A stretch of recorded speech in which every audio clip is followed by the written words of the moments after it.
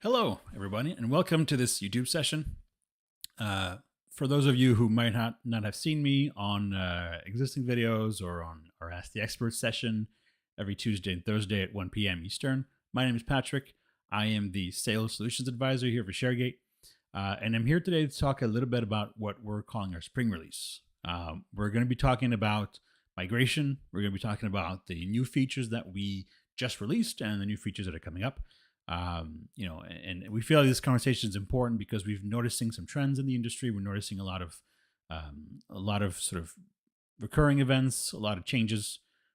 We started noticing more mergers and acquisitions as a trend. We are starting to notice more hybrid work, and more importantly, and I think everyone's kind of aware of this, we're noticing more and more AI adoption. We're noticing more and more sort of willingness to adopt AI, and more work and projects that are built around getting your environment ready, right? Because the migration landscape is changing, and it's not really just about lift and shift anymore.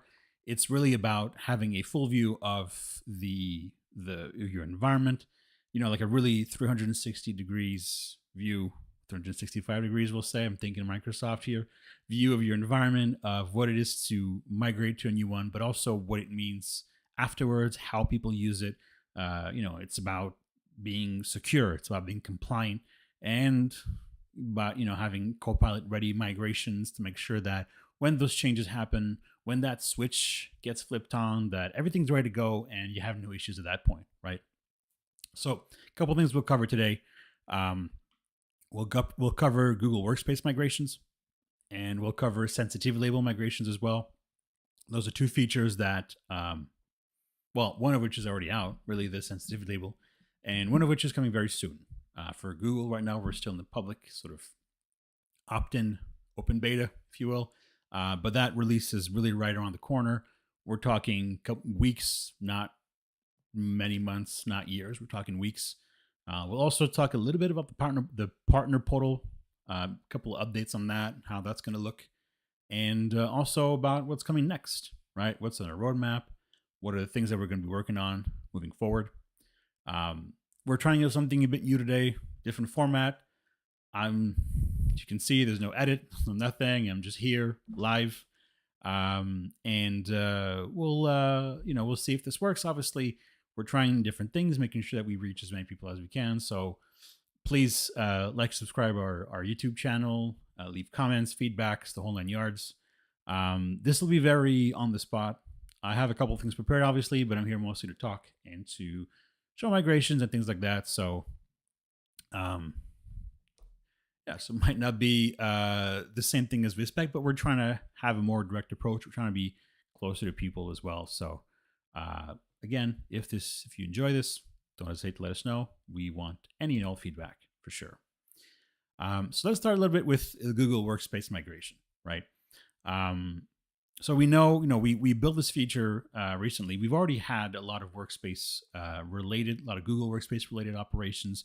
We've already been doing Google personal drives. We recently started doing Google shared drives as well. And we feel like the last one that was kind of missing in the trifecta really was Gmail, right? It's kind of a no-brainer. It's something that comes up a lot. It's something that's important. We're seeing a lot, like I mentioned earlier, a lot of mergers and acquisitions, and smaller organizations maybe tend to be more on Google. And if it's a merger and acquisition, if it's a larger company that, because of their size, is likely already on Microsoft environments, it's acquiring smaller companies. Very often we'll see that they have Google environments, which are generally more widely used by smaller organizations due to the organizational capabilities of the environment in it as well. So we feel like the one thing that was missing was Gmail. Well, no more. It's here. Well, it's almost here. It's actually here in public beta, which I could say right now we're probably going to have this in the comments as well. But if you wanted to take part in the open public beta, you simply have to write to beta@sharegate.com. Give us your machine code. If you're an existing client, you'll probably know what that means. If you're in a trial, you can always ask your account executive, how to get that and what that is. But it's open. There's no cost to it right now. So obviously, if you want to try it out, if you want to test it out, you're more than welcome to. The more people, the merrier, right? But in terms of the feature itself, we can show you a little bit how it looks here. Let me do this here and transition. Hey, there we go. Transition properly. Awesome. And so we have the migration tool here, obviously. And so for those of you who've seen it before, you're probably already aware of what this looks like. You're aware of our copy mailbox feature, but now we have the copy from Gmail. And yes, it still says beta, obviously. I think right now release is probably around a month-ish. Don't quote me on that. There's probably dates somewhere. I don't have them in front of me right now, but can start by showing off a little bit how it works. You'll notice if you're familiar with the existing copy mailbox feature, functionally speaking, it's practically identical with a couple of differences, obviously. The scope of this is a little bit different because what's on Google is different than what's on Exchange as well. The basics are there, right? So emails, obviously attachments to those emails as well. Calendars, calendar events are also going to be recreated the same way that we currently do with Exchange to Exchange. What's missing from the list here currently is contacts. That is not in the current beta, but will be available once the feature goes live in general access. We also do labels, but not to be sort of mistaken for Microsoft labels. Basically, what we can do with labels is because a label is more of like a category in a Google environment, and so we can migrate that to Outlook categories as well. Outlook labels. We're not talking sensitivity labels or anything like that. There's no direct equivalent from Google environment to a Microsoft environment, at least not the way that it is. Excuse me. And so if you have this feature, right, and you want to do an operation, this is how it would go. So you first start by selecting it. Now I've already connected here. You simply have to connect to your Google Workspace environment with the super admin account. That's very important. The sort of application to be authorized is the same as it was before. Even though we added features, we updated that one. There's no additional consent to be given, anything like that. So once we have the environment connected, I'll select, the main mailboxes that I want to migrate. Let's say I just want to do these three. I would go to select my destination. So here, it's pulling from my copy mailbox connections that I already have. If I didn't have them, very easy. Just click on Add Connection and add them here. I'm not going to do that because I already have them. And so I select my Exchange Online destination environment. And then you'll notice, again, if you're familiar with the mailbox feature, this is very similar. We didn't reinvent the wheel. We kept everything as simple as possible. And so you'll choose emails. And again, do we want the last 90 days, last 180, or just everything, or a specific segment? All good. We'll select calendars, right? And we still have this feature on if we happen to have had Teams meetings in those calendar events on Google, we could potentially recreate those links with the destination. Obviously, it's much less likely to be the case. This is more of a kind of a catch-all just in case. But if you're on Google, you're probably using Google Meet and things like that. And so that specifically won't get recreated. But if you happen to have a Teams invitation, we can try to see if, when we recreate it to sort of recreate the Teams event at the destination so it's still functional, right? So next step is I continue to our mapping. And well, it just so happened that obviously all three of these were automatically mapped, no problem. But unlike our SharePoint operations, mapping is mandatory for mailboxes. That's very important. And so let's say hypothetically that a match wasn't necessarily found. I could potentially just search for a match and I could apply whatever I want to, right? So we're going from ShareGate.xyz, which is our Google sort of demo test domain, if you will, to my demo tenant here. I could also import to Excel and apply the mappings this way. Or I could also try to rerun the auto mapping if I wanted to. In this case, because the first names are all identical and the prefixes are also identical, and the only difference is the domain, it's fairly easy to find a match. But let's say I had more than one James Johnson on my destination environment, it probably wouldn't match because it wouldn't be confident as to which one is the right one or if the prefixes are similar. So that's why doing a manual mapping is also kind of very, very important as well. What I recommend you do This is not an Ask the Expert session, but I can't help myself not to give tips. If what I recommend you do is you could probably export this, map your whole tenant, or rather map your whole Google environment in this case, and then keep importing the same file every operation, depending on the batches you do. That saves you some time for sure. The next step is, well, so obviously I should mention, obviously I only mapped a single one. Like I mentioned earlier, mailbox must be mapped. And so if it's not mapped, it won't get migrated. That's okay for my demo purpose. I'll just keep going. And the recipient mapping is essentially all other users on your source environment, right? Because what if they're also moving, but they're not in this particular batch? What happens to those existing threads you have with them?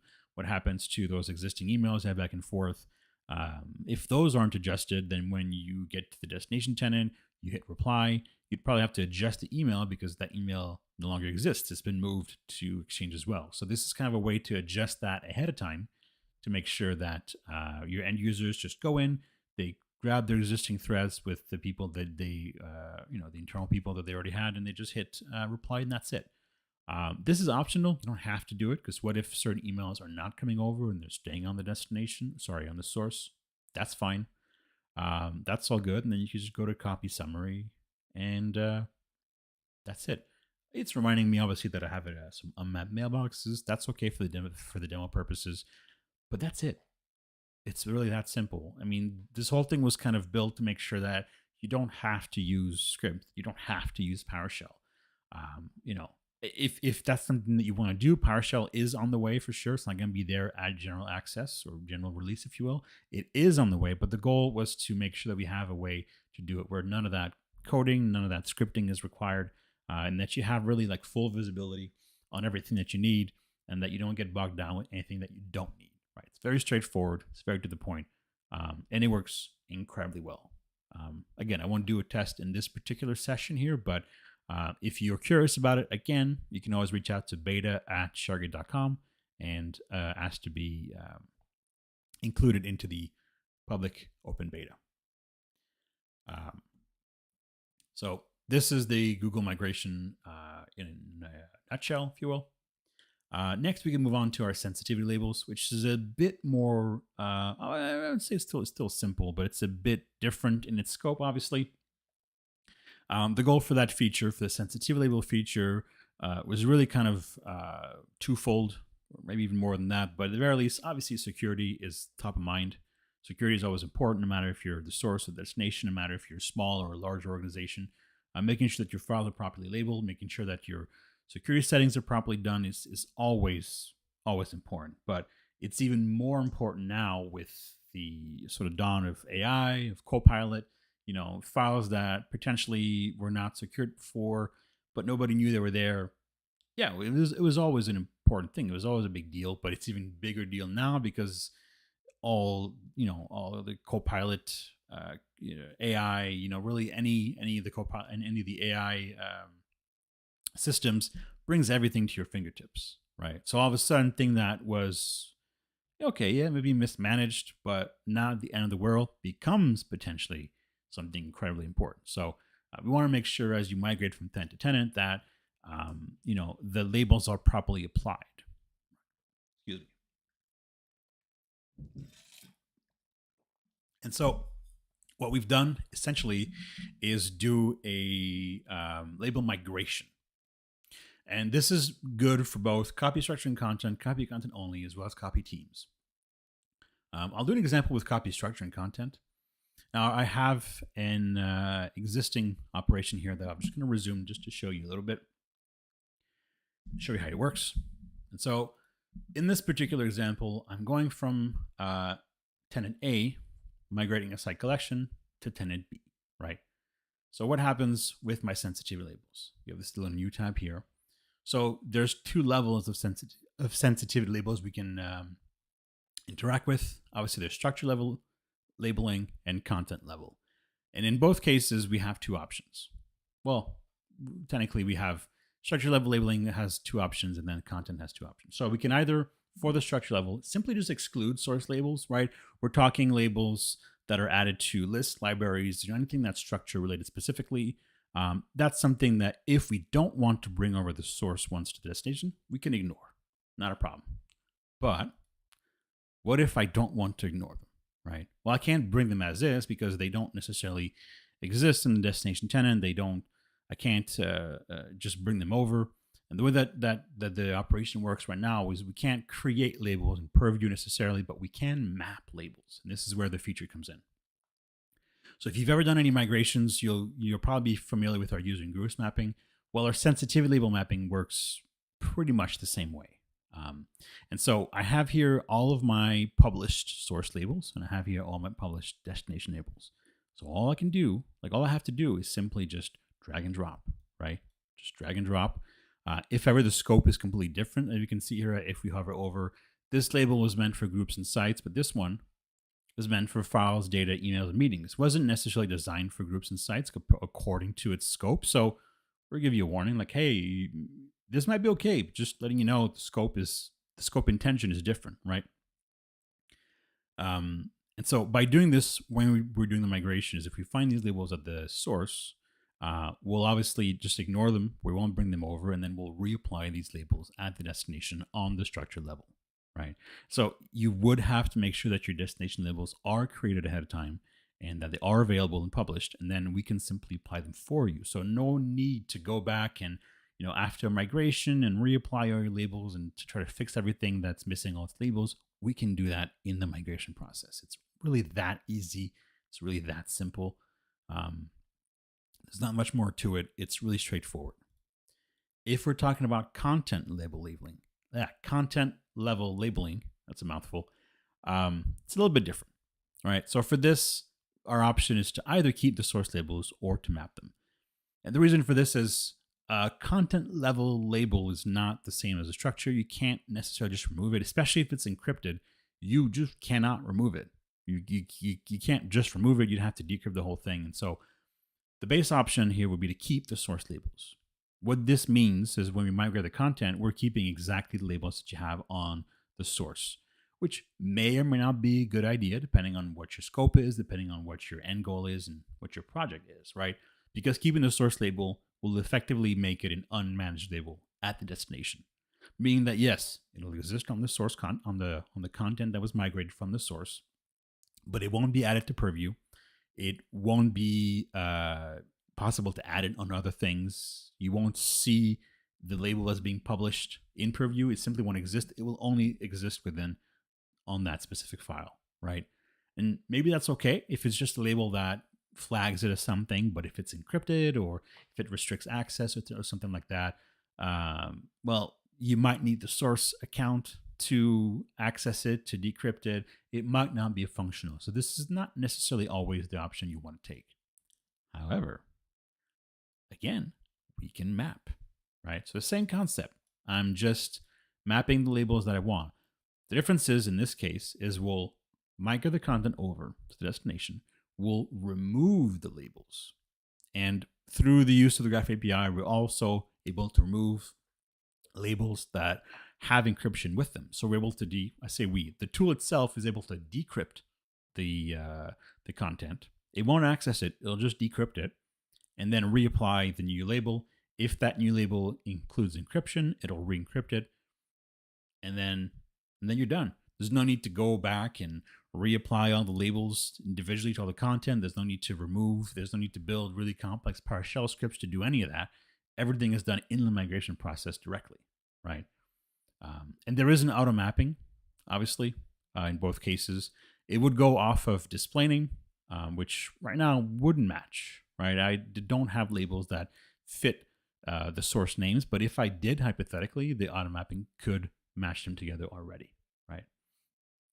And so this is how the sensitivity label migration would work. And this is applicable to copy structure and content. It's applicable to content only. It's also applicable to copy teams, because when we do copy teams, we also copy the site collection behind the teams itself, right? So these three are what we can do now if we're going from tenant to tenant.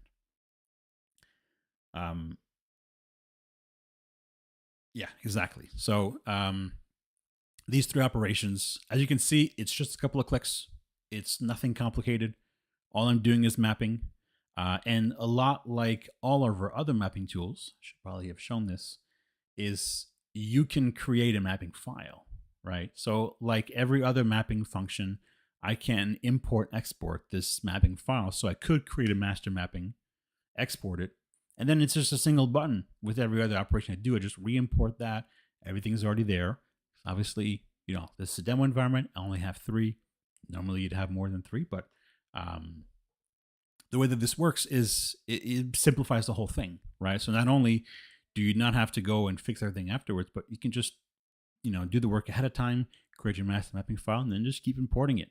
The work's already done, right? And you can focus on the migration itself instead. That's wonderful.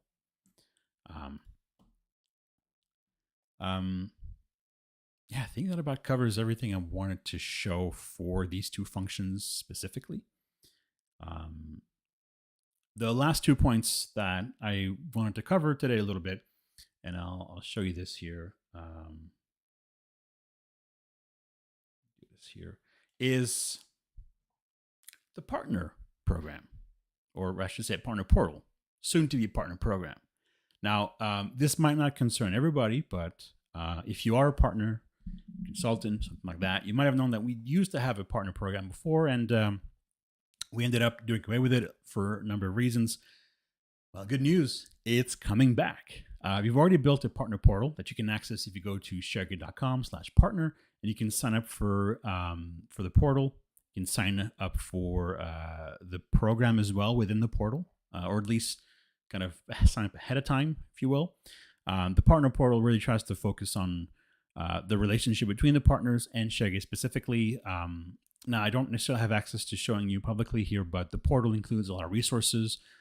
We're working on certification programs as well for partners, basically making sure that we give all the tools that you would ever need as a partner to make sure that you have all the right information and the right knowledge for your clients specifically, right? And so we're making sure that that relationship is going to be as fruitful as it possibly can in the future. It all starts with the partner portal. We don't have an official launch date yet, I think, for the partner program. But again, it is the near future, very near future. We're not talking years. We're potentially talking months, maybe less. So if this concerns you, if you are a partner and you're interested, please go to ShareGate.com/partner. Sign up now, and within the portal, you'll see there's a very clear space to sign up ahead of time for the partner program specifically. You'll already have access to the resources, but the partner program is going to take it a little, basically a step further.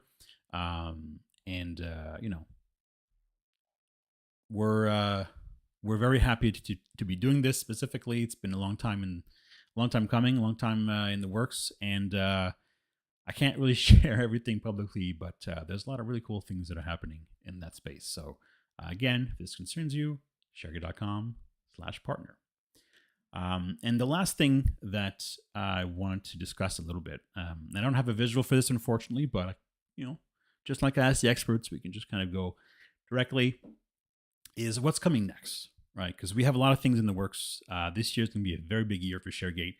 We have a lot of things that we've been working on, a lot of things that we've been researching, testing for a long time, and we're kind of ready to start building a lot of those things. So we're very excited for that.